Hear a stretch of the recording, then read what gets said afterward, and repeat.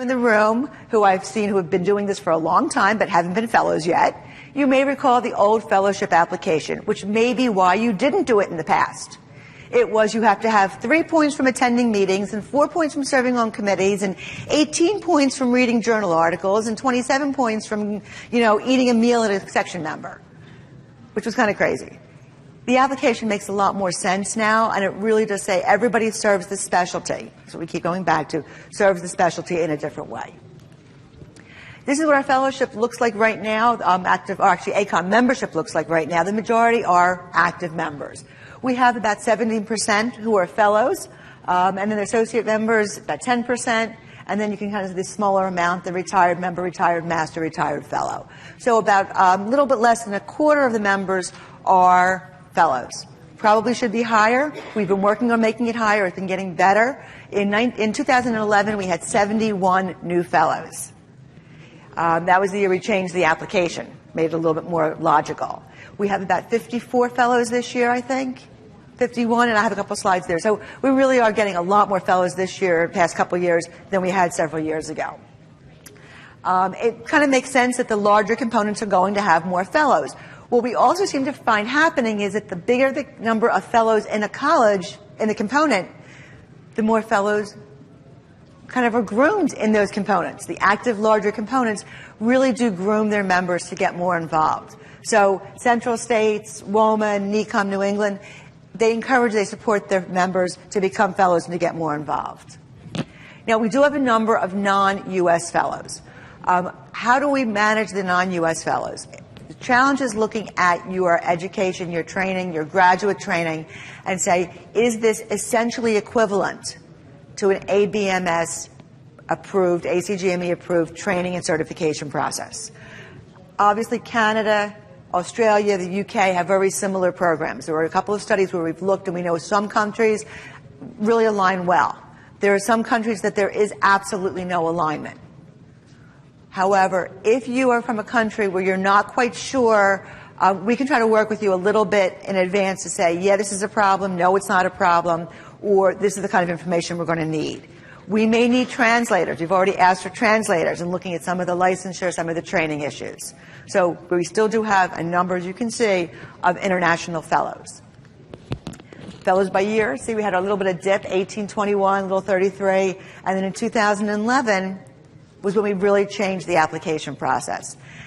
And the most amazing thing about those 71 fellows is as they walked in, people were saying, she's not a fellow, he's not a fellow. People who have been active, who have been residency program directors, who have been teaching for years, who have been writing textbooks, and I mean big textbooks, who just never bothered because it was very difficult to do all the paperwork to become a fellow. We now try to make it more logical, not just easier. We don't say fellowship is a lower standard, lower criteria. It just makes a lot more sense because occupational medicine practice is really different. Some teach, some see patients, some work in the community, and we really try to recognize that everyone's contribution can be different. This is where you obtain the fellowship application, obviously on the ACOEM webpage. Going to go through it. It's not really that difficult, but we need your name, your demographic information, where you went to medical school, where you did your training, states for your license, whether or not you are boarded. And we'll talk about that little box at the very bottom in the center, in the second, and that's kind of one of the important things that the Fellowship Committee looks at. We have a template. If you meet membership, easy. Active unrestricted license, easy. Board certified, easy. How many CME credits do you have? That's easy. The lot of discussion from the committee ends up being, have they contributed to? And we'll talk about the contributed to and what that entails. And then the signature, and then you send it in. Now, must be a member in good standing. Obtain the certification in either occupational medicine or another specialty. Active unrestricted license, 2 letters, one of whom has to be a fellow. And I get a lot of, well, I don't know any fellows. Okay? The problem is if you don't know a fellow, you probably haven't gotten involved in the college, in your component, anywhere else. So you do need that one letter, often from one of your component officers. There are some people I know who live in very, very remote areas who may not know someone that they work with next door, but they may have been in a section with them. They may have done a residency with them. We also look at the letters. Now, when the letter says, a great glowing letter, those are easy. I've known him in residency 25 years ago. He worked hard back then. Okay. If the rest of the application is great, we look at that a little differently. But if the application is kind of, they have 150 hours. They've never gone to a component meeting. They've never attended AOHC. They've never written a paper. They've never given a lecture. They've never mentored a medical student or did a practicum with a resident. We're going to go back, and there have been letters. We've called the person. A lot of us do some HR work on the side, and we're like, should we be reading between the lines? So don't just ask someone to write you a letter that doesn't really know you. If the rest of your application is fine, it may not make a difference. If the rest of your application is questionable, we're going to go back and look at it. This is the narrative. Now, did I miss something? Where am I? Yeah, the narrative. I keep saying the same thing because I want to get it. Teaching. If you teach in a residency program, we look at that. If you have written textbooks, if you've written chapters, if you've written journal articles, if you've done research, if you do a lot of community work, what the committee will look at, though, is what context did you do this work in? If you're doing it in the context of your job, if I see, 55 injuries a week and 500 DOT exams, and I talk to my clients about how they should be thinking about drug testing, and I sit on the medication safety committee at the hospital where I work, that's not outside service to the college or the specialty. That's part of your job. And I think most of the applications that we send back for more information, that's the real problem that we run into. It's not what do you do as part of your job, it's how do you contribute, how do you advance the field or the college.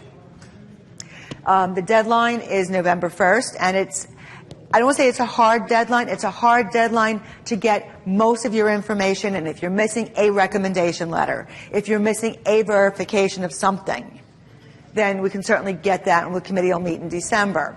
It has to get to the board by the winter board meeting in order for the board of directors to actually finally approve the recommendations of the fellowship committee.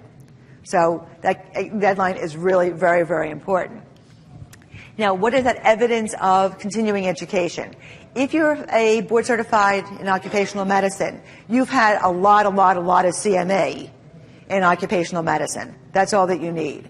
If you're boarded in something else, we look for either a Master's of Public Health or its equivalent. We know some programs have gotten away from the MPH because of some of the changes with CEF. So it depends on what your degree is. You need either the MPH and then additional 50 hours of occupational medicine CME. And it has to be ACMED CME. It has to be ACOEM CME. Sorry. ACOEM will verify that CME. It can also be component CME, so 15 hours of that 50 can be from your component, and that you've got to provide the documentation for us. We don't get CME information from your components, so you need to give that to us as part of our review. If you do not have the MPH, then it's 100 hours of ACOEM CME, of which 30 can be from the components. And then again, we talked about the component society. We have to have that verified because we don't automatically get that.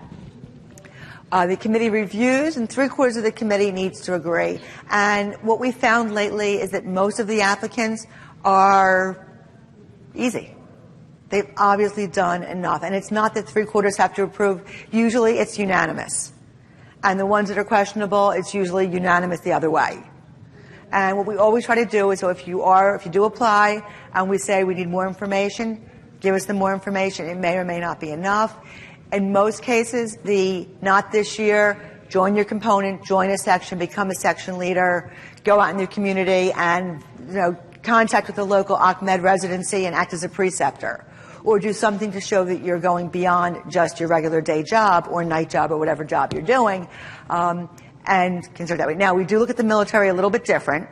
So just as a little aside, we know that you're doing a lot of things that are part of your job, but they really serve the community and serve the society and serve everybody else. So, again, it's not just an automatic pass, but we do look at that slightly differently. Board members have to approve 3/4. Again, usually they approve the recommendations. I don't know if we've ever had the board look at the recommendations of the Fellowship Committee and say, what were they thinking? And then finally, we have our nice fellowship ceremony. You get a pin. By the way, Jerry, we're giving the pins out tonight before they walk in. It's up to me. Thank you. You get a really nice pin. And then I talked about you become a fellow. You get on the board. You decide you're going to run for ACOEM office. You become an ACOEM president.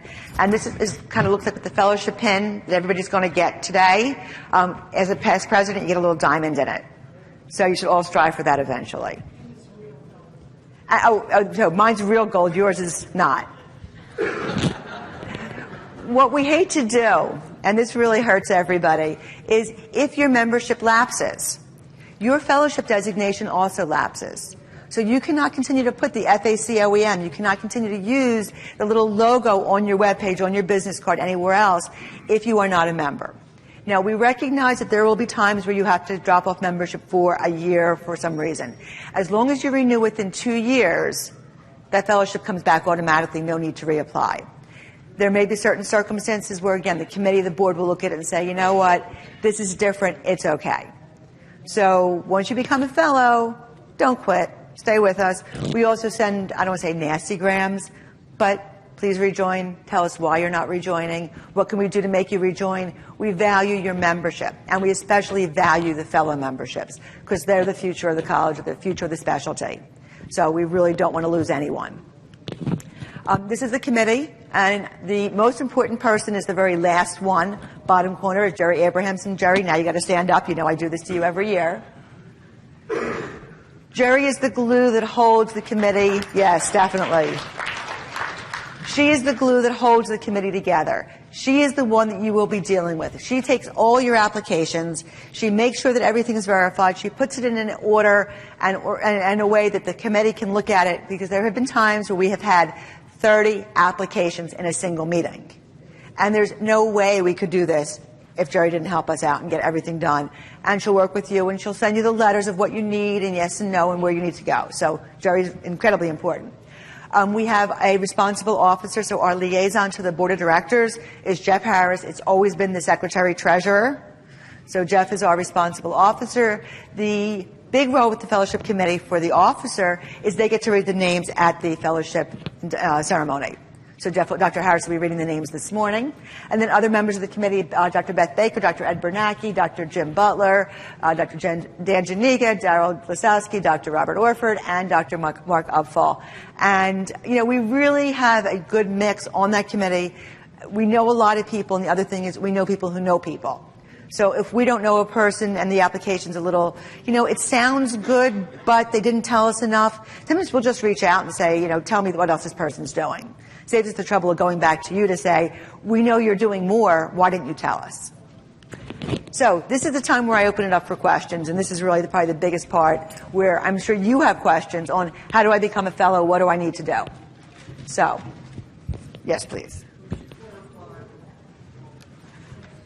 Would I clarify what the, you know what, excuse me, I'm going to come down here so I can, components. What is a component?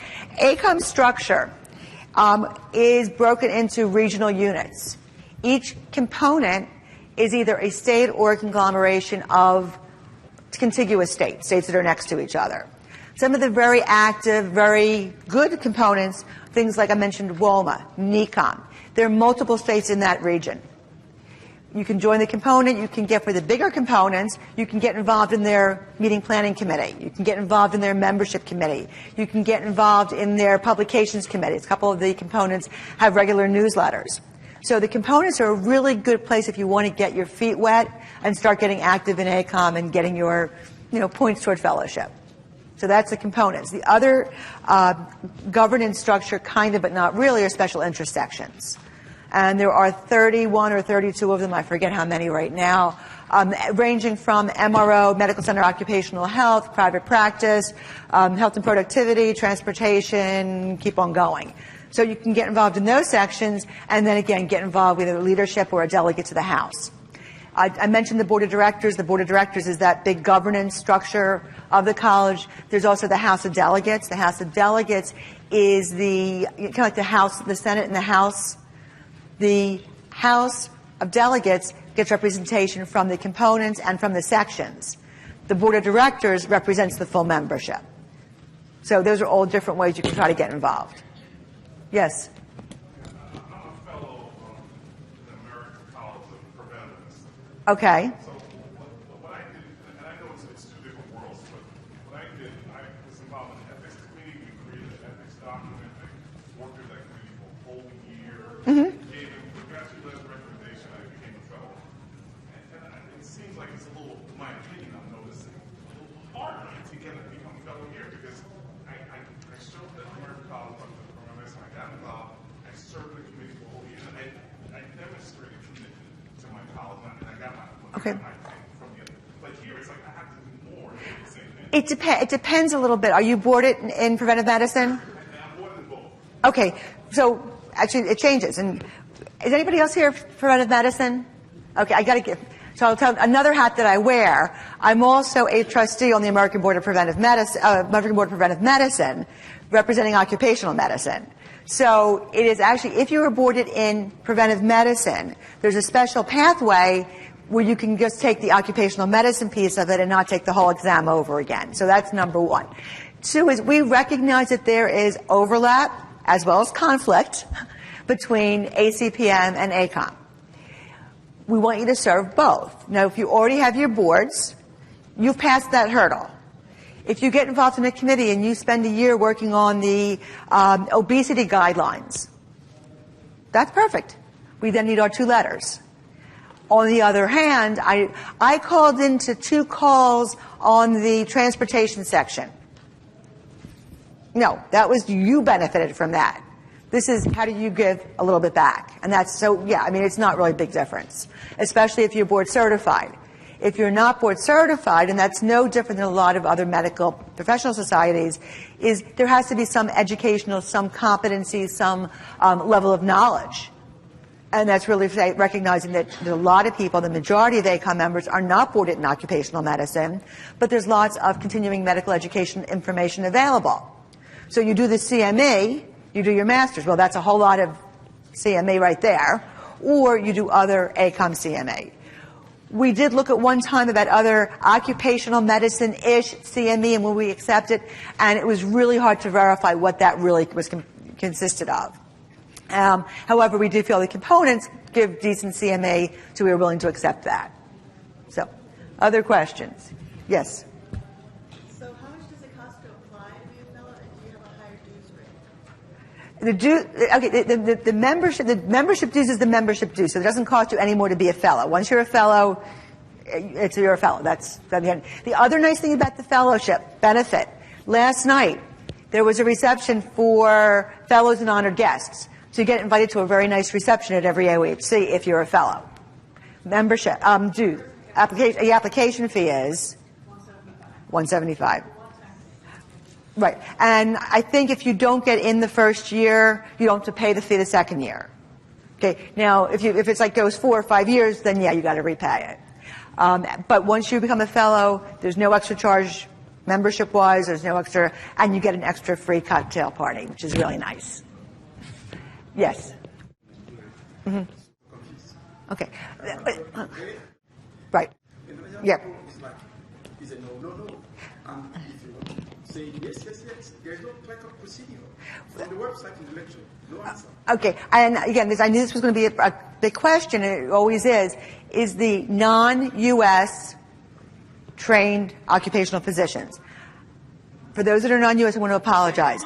We are the American College of Occupational and Environmental Medicine. We welcome international members. We welcome international participation. It's essential that we understand because a lot of us work in international companies. So we work with everyone there. However, we need to have certain standards, certain criteria that we do represent the American training standard, and board certification is an essential component. We have ACOEM members who are U.S. based who are not board certified.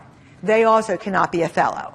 So it's not just that if you're not board certified or don't have similar criteria in your country, you're not eligible. If you're a U.S. grad who's not board certified, you're also not eligible to be a fellow. So the international is a different step. It's different criteria, and it really takes that extra effort to try to say, is it essentially equivalent? Yes.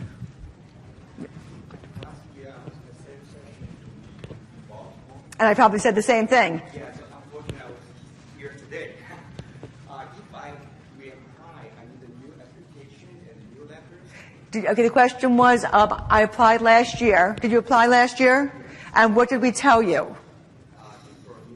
Do more work. Okay, that is the most common thing that we will say to people is, you really have everything except get involved in your component, get involved in your section. If it's the following year, all you need to do is send us an updated statement. Don't need a whole new application. Jerry can work with you. It'll go through the process. We just need that additional information. And if you want to pad your application and wait until November, get a little more involved between now and November. So when we look at you in December, it's like, oh, of course. And the really fun thing is I know of a lot of different cases. I've been on the committee before I was chair, is we have a lot of people who we said get more involved. Well, those get more involved people, at least one of them is now on the board. Others have been involved with the House. So, we say get more involved, and most of the people who we say that to actually get involved and stay involved because they realize the value and the benefit to them of getting involved. Yes? For our support activities, what level of documentation are you required? It depends on what it is. If it's I served on committees, I was a section chair. We have the contact within ACOEM to really go back and look at it. If you send us your CV and you've written 50 articles on, Ebola in developing countries, and you can say that you served on this in this task force in this country, fine. There are some that we're going to look at and we're like, we know people who live down there and they never heard of this person, and we'll go back and we'll get more information. Again, the committee has enough variety that one of us will question and one will say, oh no, that's fine. So, but always, we do not turn down. We only decline nominating or bringing the person to the board if it's clear cut that they are not going to meet the criteria. They have no board certification, they have 100 hours of CME, none of which is ACOM. And in the truth, Jerry wouldn't even bring that to us. So then we'll send you a letter and say, can you clarify? Sometimes Jerry will email, sometimes I'll call, it depends on where it goes. Yes? When you say get involved, are you going to say... When I say get involved, what I mean is everybody can get involved differently. Go to your component. Join one of the committees on your component. Be on the planning committee. Be a delegate from the component. Go out in... What's the threshold? Do you have to be in a committee? There is no threshold. Okay, and that is really what we try to do. Because everybody does different. If all you do is you go to one component meeting a year, that's not going to cut it. If you're on your component planning committee for the upcoming year, we're going to say reapply after you've actually done that. If you show us that you have 20 publications and you're a preceptor for 2 different ACMED residency programs, and that's verified, that'll cut it. So again, we're not trying to make getting fellowship hard. We're trying to make getting fellowship mean something. And that was a lot of concerns when we changed the application process. People were looking and saying, oh, it's now too easy to become a fellow. It's diluted the significance of being an ACOM fellow. No, it just means that you can serve the college, you can serve the specialty in lots of different ways. And again, it's not an absolute threshold because everything's different. Yes?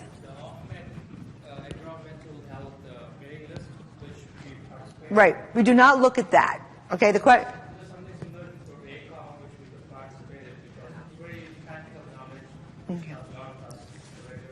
Right. Well, I guess this was a 2 or 3 part question. So I'm going to do the fellowship part of the question first, which is, how many of you are aware of the Occupational Environmental Medicine listserv that's now being run through UNC?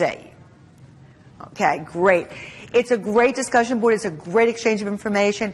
The one caveat, like everything that you see on the internet, everything isn't always accurate. So those of you that know me, I'll sit back and I won't say anything, and then suddenly I'm like, no, that's not the regulation, or that's not the interpretation, or things like that. So you got to look at who responds, and it may or may not be accurate. Just participating on that listserv is not really what we would consider as contributing to the specialty. If you're looking for other similar listservs, several of the sections do have that, again, for informational. Medical Center has one, Workforce and Disability has one, MRO has one. So there are other ones, but again, that's not going to be, I participate on this listserv, therefore I get points toward fellowship. Okay. Other questions? But before I'm going to have to, Dr. Roberts, want to say hello and welcome to our potential fellow class for next year? Good morning, everybody. Good morning, Dr. Roberts. It's fantastic to see you here.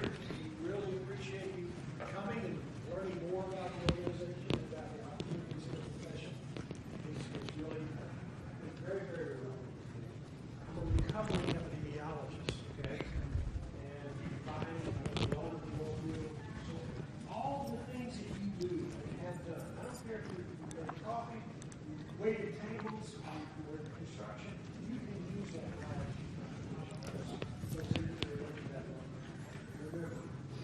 That word is just representative of what you do for the community. What we say is a healthy workforce is a safe workforce. A safe workforce is a healthy workforce. That workforce makes for better. So you're part of that. Part of preventive medicine. Preventive medicine doesn't have an A in it. Okay? Oh, yeah. Don't hear anything else. Remember, that's not preventative. Okay? That's the safety guys in that. Yeah. Okay. So, I really encourage you to be part of our organization, be a part of the profession. You might say I'm mid-year, because I've spent 17 years at the state health department, then switched over to occupational medicine. So, I'll take a couple of questions if you have questions. There are no questions. And there are no, well, she can answer. Any questions? Where the accent come from? I'm from home. And if you notice, Dr. Roberts does not yet have the gold pin with the diamond. He gets that tomorrow night. I am earning that. And that's the other thing. Getting involved in the organization, we need you to be involved. This organization can only work if our members are involved. Multiple sections, councils. Don't forget your local affiliation, the component sections. Each region has a component section. That is more specialized to what's going on in your region, your area. So please consider being involved. Put some work in as you take some out. Okay? Thank you very much. Make sure you go see the exhibitors. A lot of stuff there. Thank you very much. And before Dr. Roberts walks out, just one final comment, which he reminded me of. As you give back, as you give to the college, you get a lot back. And we talk about getting a lot professionally back. You also get a lot support. You have your network. And when I first became involved in ACOEM, I would look at a couple of the ACOEM leaders, one who lived on the East Coast, one who lived on the West Coast, and they were incredibly good friends. And I couldn't imagine why or how. People that you get involved with at ACOEM, they're not just your colleagues, they really become your friends. And you create an incredible network of colleagues / friends / collaborators that is just absolutely invaluable. And I think that we might consider ourselves as friends. Mostly. You don't understand. This is Dr. DOT, okay? All right. Thank you very much. I'll see you later. Oh. More questions? I think there was a question in the back. Yes. Can we look up somebody's name and then they call member to see their fellows? Yeah. Mm-hmm.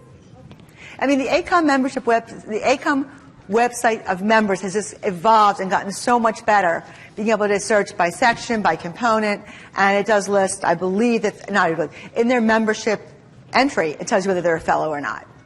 Another thing you can do is call them. And if you're not sure because you want to ask them to write a letter, and it's somebody you know pretty well, which means they're probably involved, I see you're not a fellow. I'm applying. You want to apply with me, and who can we get to write letters for us? To get someone else to march down with you. Yes, in the back. You. Can you stand up? I can't.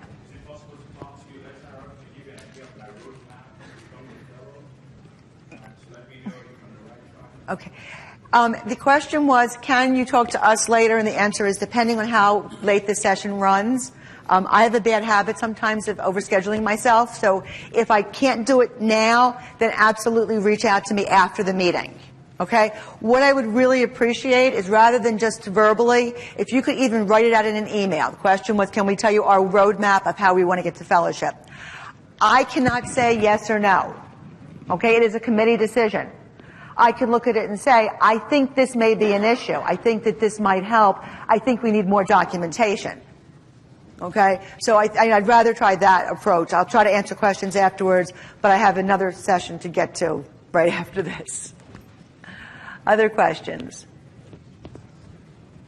No? Okay, well, and we have applications up front. So if you want to grab your application, take it with you. And means we have no more. You have your next 25 minutes to get to your next session unless you're staying here to learn about MOC. And right after the MOC in this room, we talk about becoming and maintaining board certification. How many in here are board certified in occupational medicine? Wow, that's going to make our application process a whole lot easier. How many of you are not? How many of you want to be? Okay. There are some ways of doing that. Yes? Do activities that you did in your residency count? The question is, do activities in your residency count? It really depends. I mean, because in most cases, the stuff that you do as part of a resident really are just to get through the residency, and yet maybe a little bit more above and beyond, but it's also to kind of, I don't want to say pad your CV for when you're looking for a job afterwards. So it's really what have you done post-residency? You know, unless you've done 5 studies and 4 research projects that you did, you know, again, we try to individualize it. We're not trying to cut down the number of people we accept. We're just trying to make sure that fellowship actually means something. We don't want to devalue it. So, okay, well, thank you very much, and hope you all have a great meeting.